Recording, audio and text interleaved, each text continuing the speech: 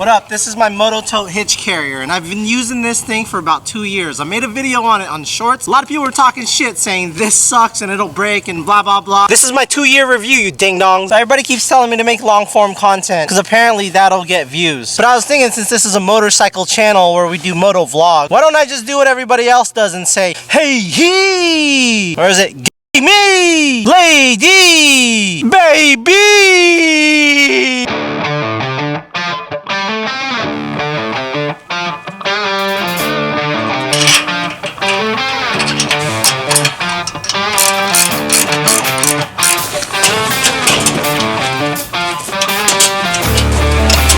Alright, so here's what I love about Mototote specifically. Look, there's no straps, and it usually holds the bike up itself. Of course, I got my strapper nappers ready. Got the Kangen schmancers there. Let's go ahead and hook it up and hope it doesn't fall. See what I mean? Now obviously, if you're strapping it down from the clip-ons, you don't want to compress the forks too much, but you also want to compress it as much as possible so that it doesn't bounce off this chalk. Just use some freaking common sense, you ding-dongs. I also got a lot of comments telling me to stop using that soccer mom SUV and get a real truck. Well, here's my real truck, you idiots. Hey dude, can I borrow your truck? Sure. Thanks. So the question on everybody's mind is, after 2 years, how good is the Mototote Hitch Carrier? Real quickly, I'm going to address one more thing, the tail lights. Yes, they are kind of covered up. I do have a tail light up there, but if you actually use a brain, you know that rear enders don't work that way. People get rear-ended all the time with braking tail lights.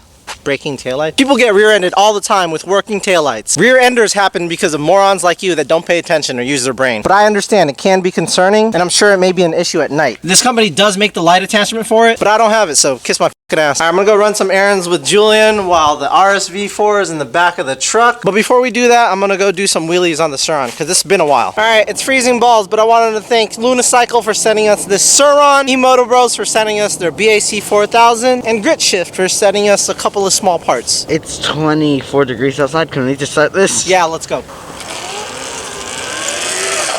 Woo!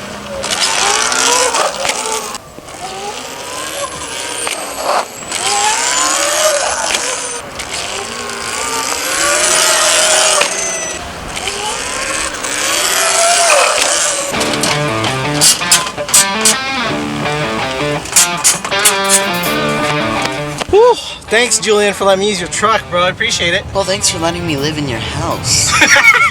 So for those of you that are new to this channel, you may not know that I've owned a lot of super bikes. And some of you guys always give me crap for owning an Aprilia, like I haven't owned them all. And some of these bikes I've actually had on this Mototote for many occasions. My S1000RR had every single recall you could think of. And most of the times I would just use my wife's SUV and it worked just fine. I haven't had to retighten any screws, and I haven't even had any close calls. It's weird because normally I wouldn't trust something like this. Before buying this specific one, I did my research. This one's the most expensive one that I could find. Now, expensive doesn't always mean good quality, but in this case, the Mototote is probably the best one you could buy on the market. That's pretty much it for this review. I really don't care if you guys buy it or not. I'm not affiliated to them. They gave me half off of this to make a few videos a long time ago. But again, it's been a couple years and I really love it. Now let's talk about the RSV4 and how I ended up here. I always talk about how I've owned all the super bikes because I really have. I've even had 2 R1s at once. I had a 15 R1 race bike and a 15 R1M as my street bike. And that's the bike that really started the channel. I've showcased a lot of my super bikes over the 4 years. I had my S1000RR M package. I had another RSV4 earlier in the start of this channel. I had so many Ducatis. I had a ZX10R at one point. And when I finally got rid of that Gixxer sounding Beamer, the only bike that I ever thought about owning again was that RSV4. I remember when I finally picked up my V4S, I was so freaking happy, man. I got the bike I always wanted, but it was only a few months later that I started seeing them everywhere. The only reason I wanted to try the S1000RR is because it had carbon fiber wheels. For some reason, I always thought carbon fiber wheels were a gimmick. Nobody uses them in racing, but that's mostly because they're not allowed. But when I finally got a chance to ride a motorcycle with carbon fiber wheels, I'll tell you what, carbon fiber wheels are a game changer. But to me, they're not worth buying on their own. As much as I loved my R1, I just couldn't go back to that platform. The power delivery on that bike is just so gnarly with that cross-plane crank. There's no other sound like it, and personally, I actually love the look of the R1. That bike just did not